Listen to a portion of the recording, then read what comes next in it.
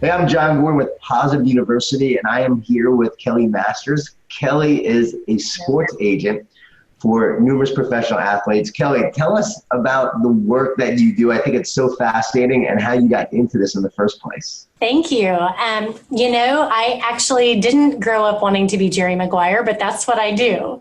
I was in law school actually when the movie Jerry Maguire came out, and I remember all my classmates, particularly the guys that were playing fantasy football, they all thought, oh, that's the dream job.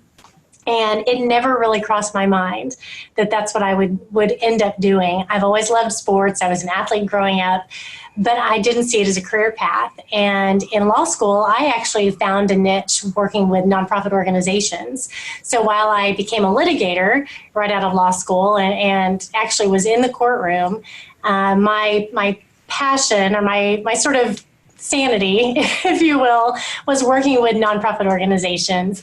And it was actually in working with ministries and charities and foundations that I started connecting with professional athletes and learning more about what that looked like and what it looked like for a family, not just a player, but his entire family to transition from being an amateur athlete or college athlete to being in the professional ranks and everything, all the life changes and the huge decisions and responsibilities that come with that. And I just asked a lot of questions. I said, well, who's doing this for you? Who's doing that for you? What does your agent do?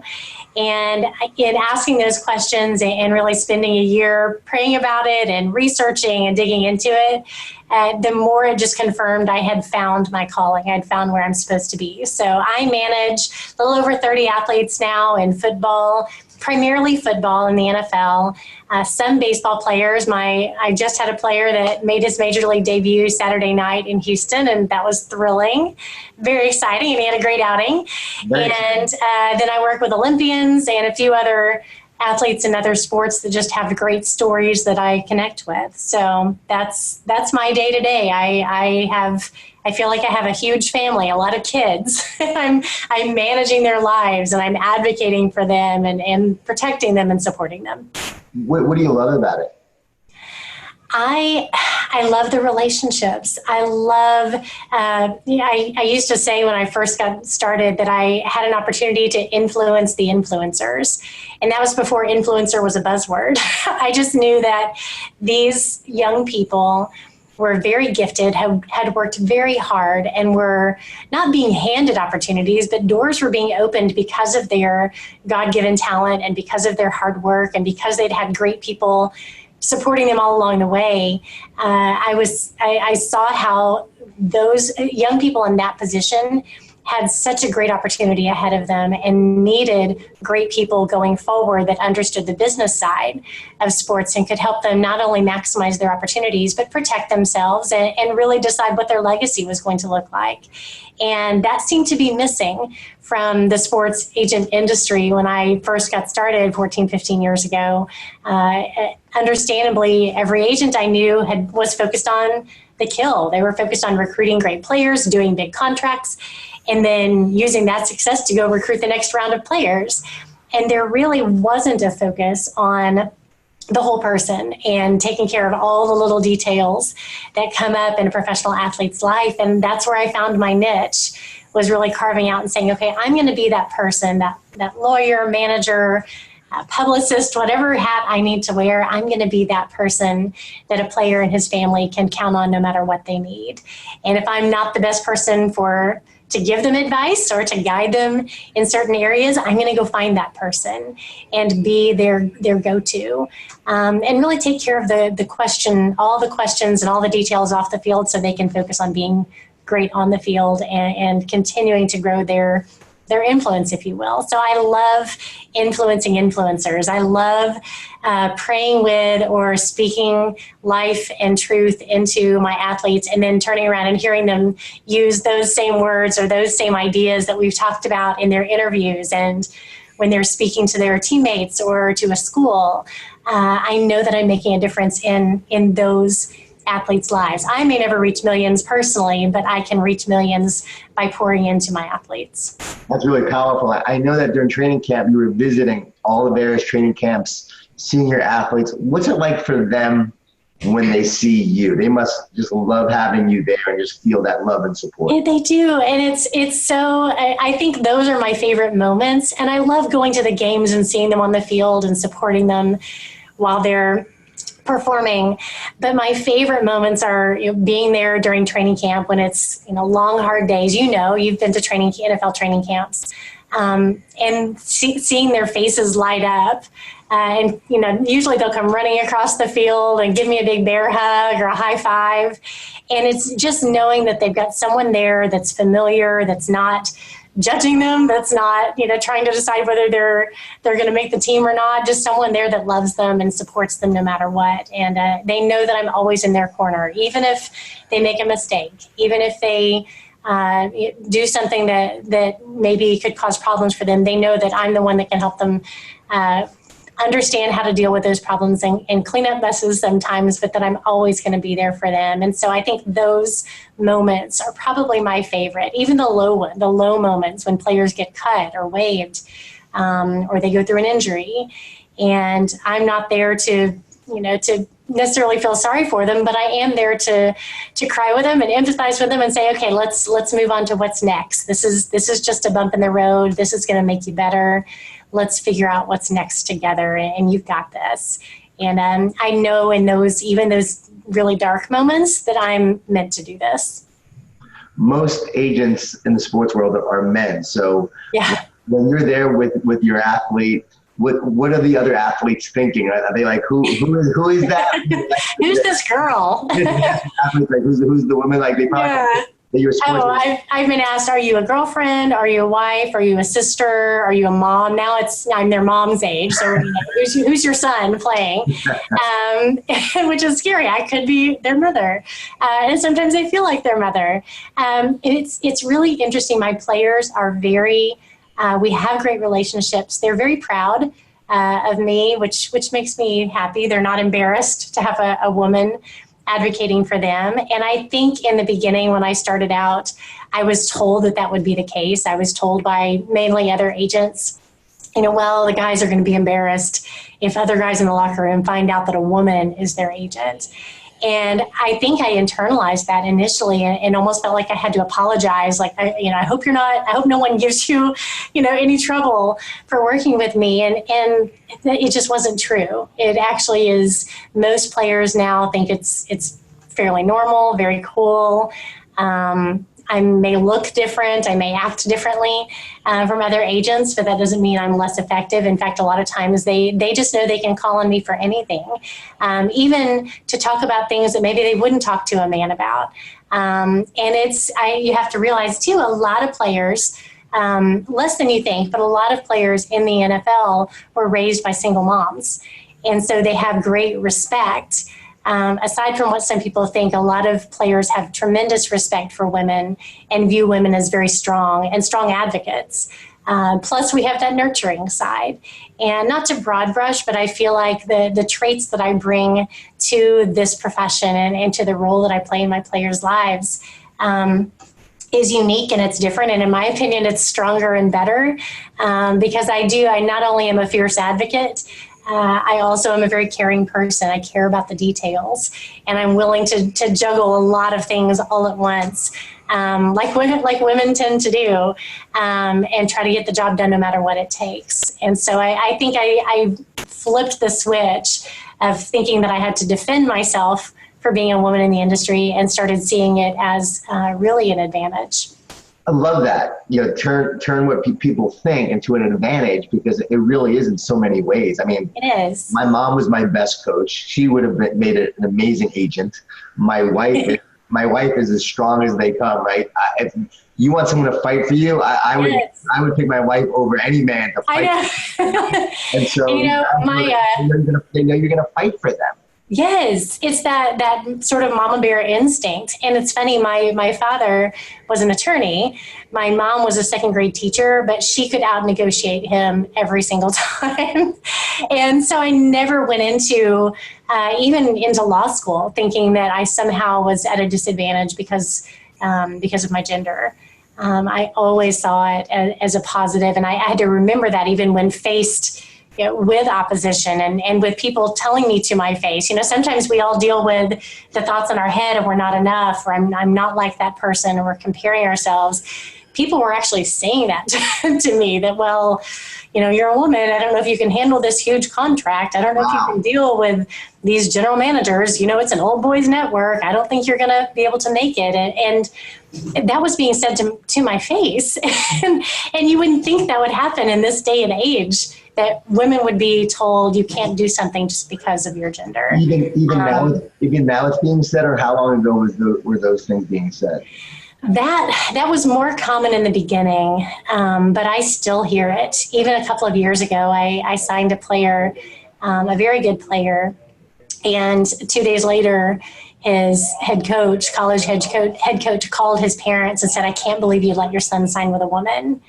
And I had already represented, first rounders in the NFL, and I had a number of veteran clients in the league. And that was still something I was overcoming. But the great thing was at this point in my career, I'm able to laugh and say, okay, let me just educate you a little bit and maybe shift your perspective and open your eyes to realizing that women truly are, men and women are different. We can't, ignore that there are differences. People, and not all women are the same, not all men are the same. And it really is identifying what is it that makes me different, and how does that make me great at what I do, and a great fit for the calling that's on my life. And that's what I anchored myself in. So even now, when young women contact me and say, I really want to do what you do, how hard is it? And I always encourage them. It's going to be tough, but it's tough for anyone to get into this business. And if you know it is your calling, and you know deep inside that you have a purpose for being here, you're going to figure out how to do it. And don't ever let anyone tell you that you're not enough because of who you are, or your gender, or your personality. If you have found your passion, pursue that, and focus on that. Focus on what makes you different, because that makes you great. Yeah, you're not a female agent. You're just an agent. And just an agent. Who happens to be a female, right? Exactly. That's going to be an amazing day. I still get calls all the time, from media saying, "Ooh, this is a story. We want to feature a woman who's having success as an NFL agent." And I'll be so happy. I mean, I'm honored, and I'm honored to share my story, because that inspires other women and maybe other young men too, just to pursue what they want to do no matter what. But I'll be really happy when that's no longer news. And I am just an agent. That's a great point. So you started with one client. You said you have like 30 NFL players, right? 30. Yeah, 30 total athletes. Yeah. And I have some baseball players and some Olympians mixed in. Okay, so 30 total athletes. So how did you build your business? You were giving advice to a young agent starting out, male or female. How did you build your business from 1 to now 30? Because it didn't happen overnight. Oh gosh, no. Yeah, I've been doing this a while. You probably got a lot of business through referrals, right? So how do we build the kind of business that gets referrals? It truly is. And someone told me this when I asked for a lot of advice when I started. And someone told me something that's a very kind of basic tenet, is that you always under promise and over deliver. Don't go out and promise people the moon when you can't give them the moon. That seems pretty basic, a basic business principle, but I took that to heart. And I was very genuine with every athlete that I met with in the beginning. And I told them, I probably lost a lot of clients by saying, look, here's what I do. I've had a successful track record as an attorney. I believe I understand what you need as a football player, but here's where I am. We're in this together. We're starting out together. And my very first client, when I said that to him, that I've never represented an NFL player before, he said, well, I've never had an agent before. So we're in the same boat. Let's do this together. And it really was one at a time, one relationship at a time, and making that relationship a priority, doing great work, being excellent, being willing to admit if I didn't have an answer. I think that's the worst thing you can do when you start off. And sometimes you have to fake it till you make it. But if you're giving someone advice or you're guiding someone and you really don't have an answer to their question, don't guess. Just tell them, I don't know, but I will get back to you. I'm going to find the answer for you. And I became very resourceful early on, and I learned to be authentic with I don't know that, but here's what I do know. And I will be in touch with someone that can tell me exactly what the answer is that you're looking for. And I just went to work.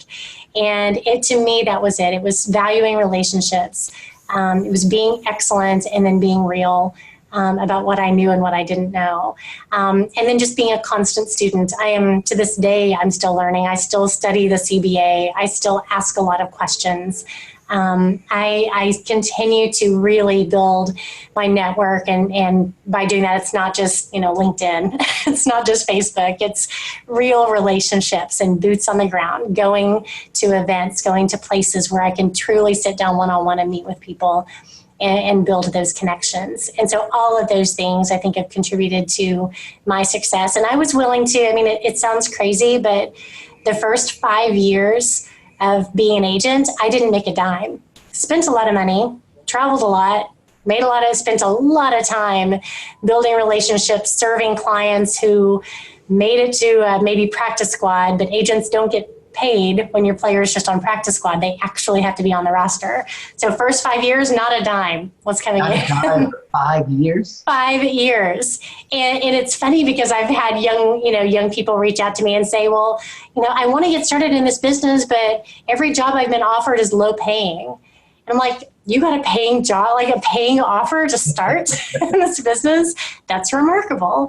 I chose to do it really the hard way. I wanted to build my own agency. And that was a calculated risk. I knew what I wanted to build, and I didn't see it anywhere being done the way I wanted to do it. And so I knew I needed to do whatever I could to bootstrap my own company. I don't recommend it for everybody. I worked a ton of hours, still practicing law on the side, still speaking, still doing whatever I could to fund what I believed was my calling. And after year 5, it all paid off. I represented a first rounder, negotiated a $63 million contract for him. Not for me, that would have been nice. But I at least was paid a commission, and that was a huge breakthrough moment of years of sacrifice and never really wondering if it was going to work. I knew in my heart it was going to work. I just didn't know when that is. And I mentioned a lot of times I gave myself sort of a 5-year deadline. And people think that meant after 5 years, if I wasn't making money, I would quit. And that actually wasn't the case. I'm going to be making money in 5 years. And if not, I'm going to keep trying. But that is the goal. And it worked. So so thankful that I had people that believed in me and helped me along the way. And I continue to pour into other people that are getting started because I know what it's like. And I did it. And I know others can do it too. So a lot of hard work, a lot of grit, a lot of time, a lot of energy, but also a clear vision of what you wanted to build. You knew what you wanted to create. How important is a vision? Being able to see it. It's the engine that keeps you going. And I talk about it all the time, but I obviously as a sports agent, a lot of people think that's a cool job, whether it's young people or burned out professionals that think they want to do something different and more exciting. So they see my life on Instagram and they see me on sidelines at games. They don't know what it took to get to the sideline of an NFL game. But they want that life. They want the rewards of having that type of an impact with those types of people. And they don't see the years and years and years of frustration and hard work that wasn't compensated and all of those things. And I tell them it cannot be just that you love sports. It can't be that you're great at fantasy football. It can't be that you want to help people. A lot of people want to help people. You really have to know what your vision is, and that has to be just a clear picture that you can hold on to in those moments, in the moments when, I've lost count of how many, nights I've spent waiting for a phone call that didn't come. Holidays that I've spent by myself in dark hotel rooms just waiting to find out if I was going to sign a player or not, a player that I may have poured my life into for 3 years. only to either not get a call at all or just get a text message that says, thanks for your interest, going in a different direction. And in those moments, or when I couldn't pay the bills, or when I was pouring myself into situations where I didn't feel appreciated, all of those dark, dark moments, which still happen, let's be honest, you don't, once you make it to the mountaintop, it's not all mountaintop, it's valleys too. But in those dark moments, it's when your soul is anchored in a vision that you have hope. That no matter what valley you're walking through, no matter what is going wrong, no matter who has crushed your heart or your soul, you're going to keep moving forward. It's going to be okay because you know where you're going and you know why you're going there. I can go back literally to the moment, and it was a culmination of a lot of prayer and research and seeking wise counsel.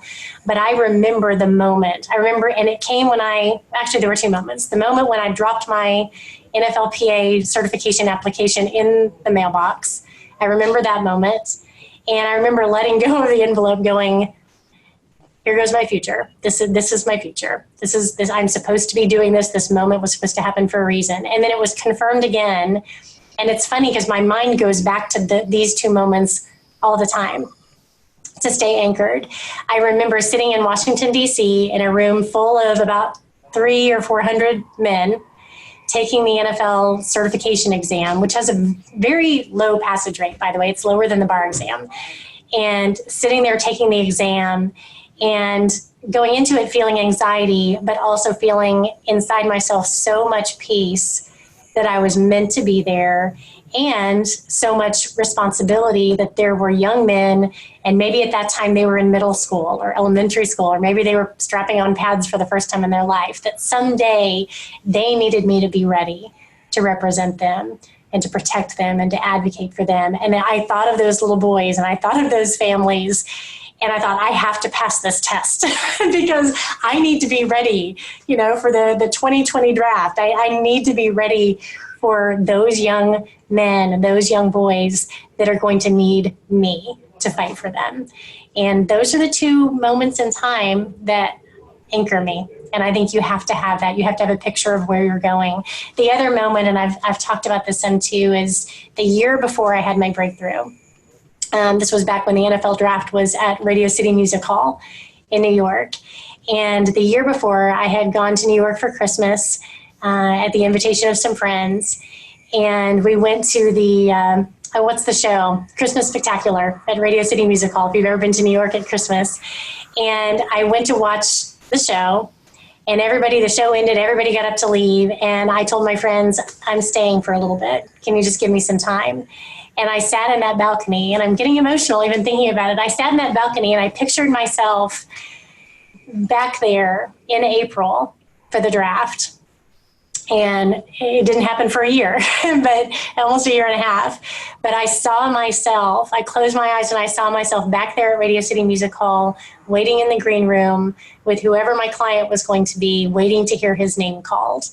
And that vision was so clear to me and burned into my soul. I knew it was going to happen. And it took about a year and a half, and that exact scenario played out. I just got goosebumps as you told that story. That's amazing.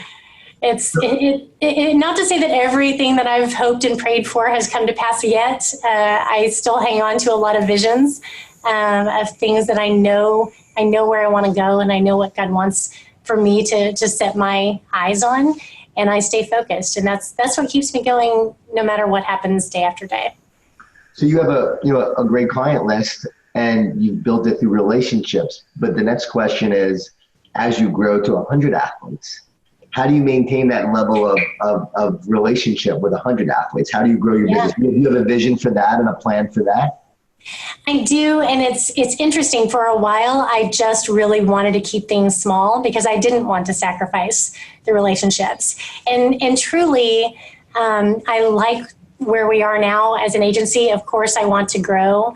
But I also know that it's got to be more than just me. And I've got to, in fact, I'm reading your books. I've got to learn to build a team and it's because I basically want to clone myself. I want a bunch of Kellys that all think the same.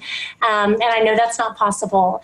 But just even in the last year or so, as I've met people, I've developed relationships in the industry.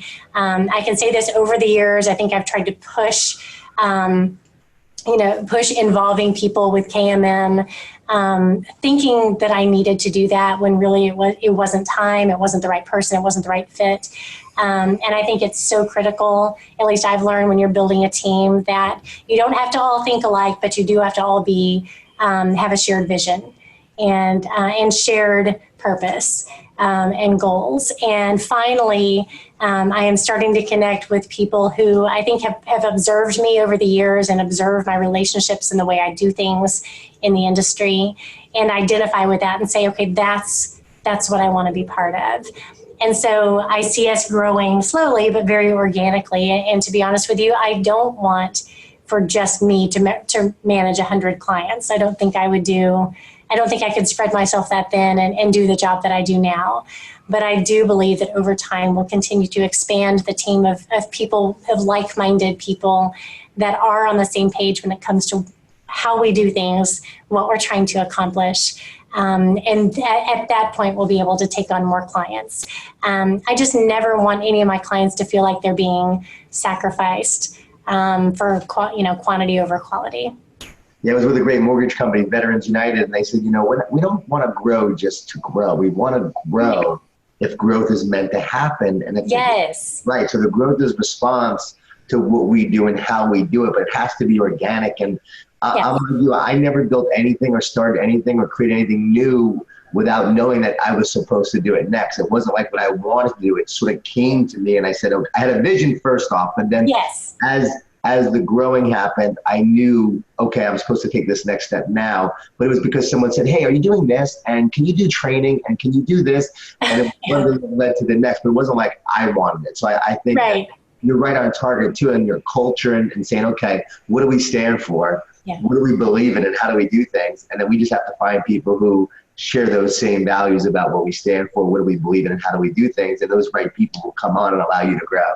Exactly. I loved it. I got an email from my only other full-time employee at KMM right now. We have a great staff, but I have one director of operations who also manages the baseball division for me. And so he's really my only full-time employee at this moment. Well, I take that back. We're starting to, as of next month, we'll have more, but for a couple of years now, he's been my only kind of sidekick in this operation, and has really helped me in so many ways. But he sent me an email and he said, I just want you to know that even though there are only two of us, you have already created a culture that I am proud to be part of, and I am going to be going forward. I'm so excited to see others really come on board and see the culture that you already built.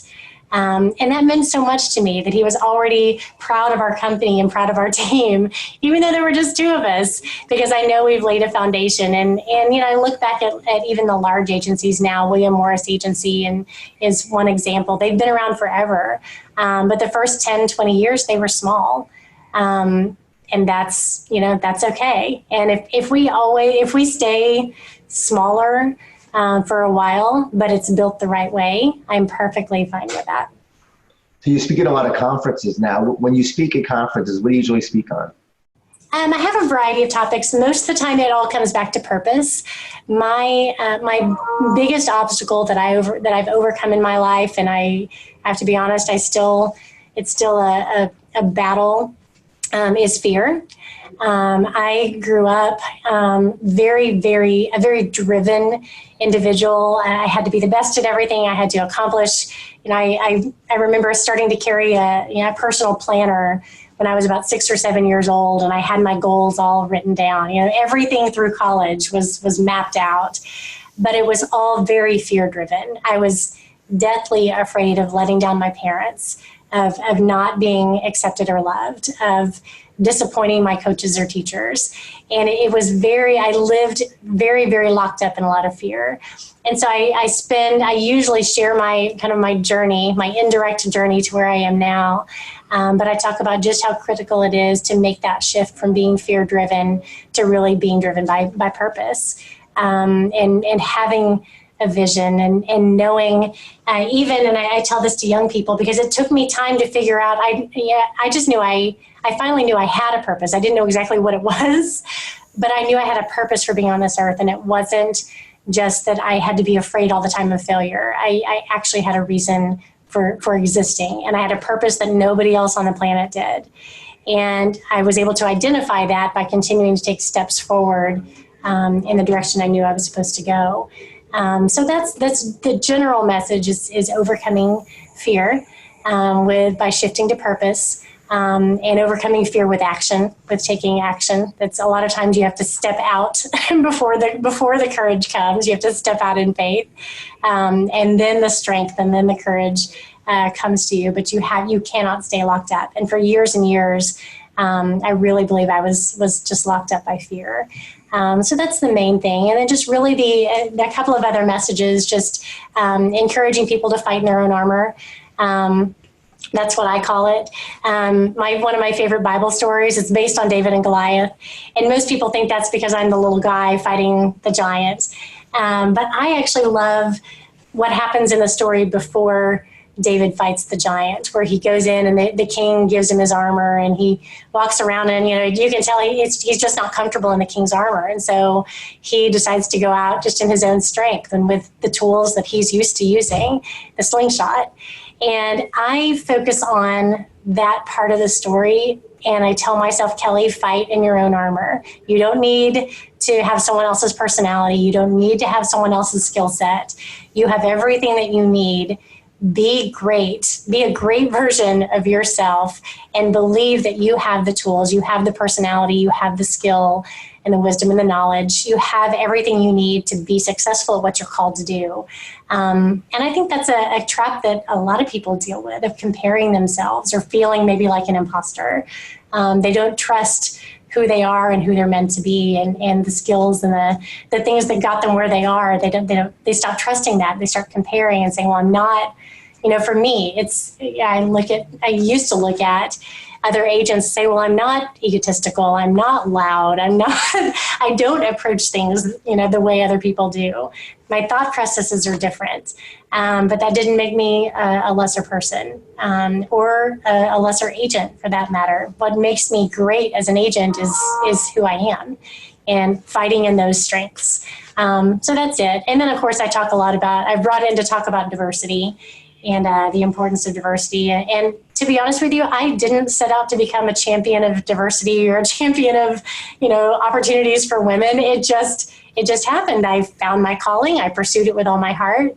And it started opening doors for maybe women that didn't think they could pursue those types of opportunities. So those are really incredible messages. Just hearing you talk, I can tell that, you're an encourager, and the life you've lived, the walk that you've been through, right? The adversity you've had to overcome, and pursuing your dream. It's much like your athletes. They really are pursuing a dream. So you've walked that walk. So when you speak to them, I can tell you're speaking from conviction and from a place of who you are.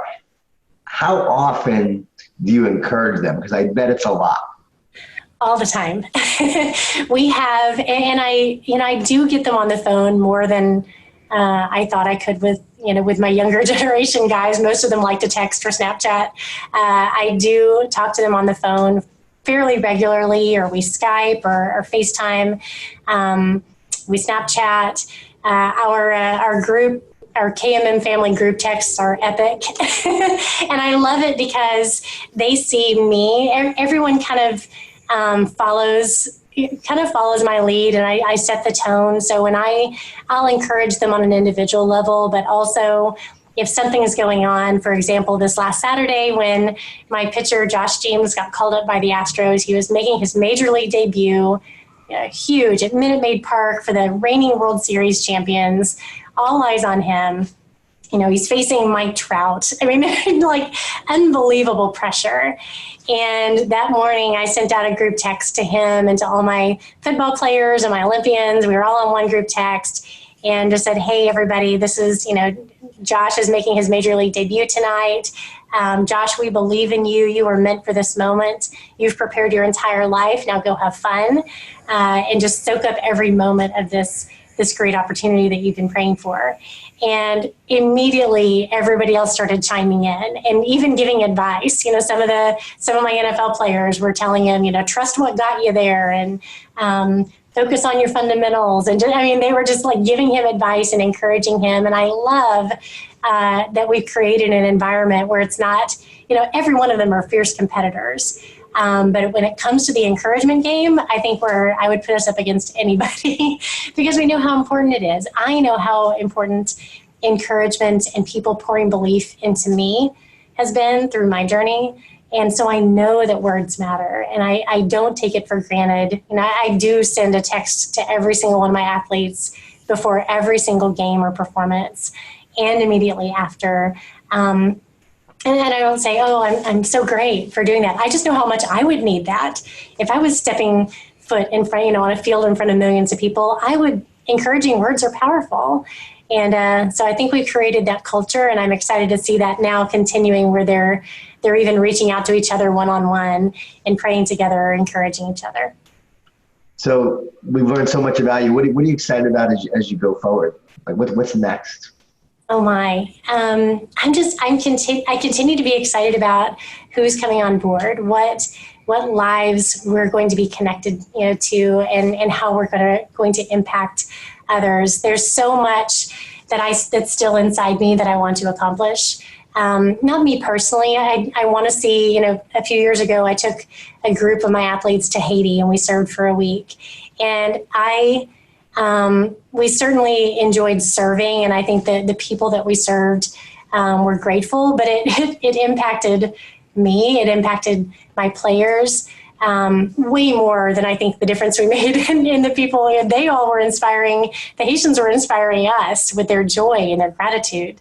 And it was so incredibly powerful. I want to do more things like that. I want to be able to collectively do more to make an impact, take on an issue, see some real change through our efforts. And so those are the things that I look forward to, is what else are we going to impact in this country, impact in this world? How can we make a difference, not just for the people right around us or for our teammates, but how can we really make a difference and leave a legacy? And so that's what gets me out of bed every day. And you're recently married, and so yeah. That's awesome. And now with this new marriage, but this career, yeah. How has that been in terms of balancing it all? Or I don't believe in balance. I believe in yeah, I don't believe in balance either. Yeah. But does he come on the road with you? Sometimes. The funny thing is, he's not a big traveler. He doesn't, not that he doesn't like it. He's very comfortable at home. And so we'll go if I'm going somewhere fun like New York or, if it's to Mobile, Alabama, he's probably not going to go. But he played football in his younger days and loves the sport and has actually taught me so much. Even in my conversations with him, he's got a great scout's eye. He sees things sometimes before my scout friends do. And so we've been friends for a very, very long time, most of my life, actually. Our relationship and our marriage is new and fun, but we really are so incredibly supportive of each other. He knew exactly what he was getting into when he married me, and it just makes the time that we do spend together that much more special and that much more quality. And we're very intentional. I think it's funny. I saw someone post something the other day about, don't forget to make time for your spouse and all your busyness. And it's funny because when I got married, it was, I waited till I was almost 45 to get married. I'd never been married before. And I always knew that it would be completely ordained and designed by God as part of his design for my life, and that I wouldn't have to work or struggle to make it work. Not that it was going to be easy, but that it would all flow as long as I continued to pursue my purpose. My and it couldn't have been more perfect. So I don't feel like we have to make time for each other. I feel like our marriage, our relationship with God comes first, our relationship with each other comes second, and then we design everything else around that. So my relationship, first of all, with my Heavenly Father is the most important. My relationship with my husband is, after my relationship with God, is my number one priority. And then everything else flows when that's in order, everything else flows really, really well. And like I said, he's incredibly supportive. We talk constantly. He's very much part of what I do, even if he's not physically on the road with me. He's very, very supportive, and I'm very supportive of him as well. So it's a great partnership. I love that. And also with his scouting ability, he can help you find future clients, right? Yeah, exactly. That's awesome. Great teamwork. Well, Kelli Masters, thank you so much for taking time and sharing so much wisdom with us. I know people are going to be blessed by this interview in many ways. How can people, find out more about you and connect with you? I know there's a lot of people who want to do the work that you're doing. Yeah. How can they find out about it? You can Google me. First of all, I've given a lot of interviews. I became very open with sharing my story only because I realized that a lot of people were looking for information and inspiration to chase their dreams. And so I share the struggles. I share the victories, all of it. I'm very easy to find. On Twitter, I'm at KMM Sports. And on Instagram, I'm at Kelli Masters. And you can check out my website, kmmsports.com. And yeah, I'm pretty easy to find and pretty easy to reach. I mentor a lot of people and would love to hear from you. So, and Jon, I just want to thank you for everything that you have done. Your books have inspired me so much, my clients so much, and it was an honor to meet you earlier this year. Well, I appreciate it. I love the way you love, serve, and care, like I wrote about in the carpet. I mean, you really do. And you talked about Jerry Maguire in the beginning. You are the female version of Jerry Maguire at the end when he learned that it was all about relationships and taking care of that client. So can't wait for the movie to come out of that. Yay. All right, take care and God bless. Thanks, Jon.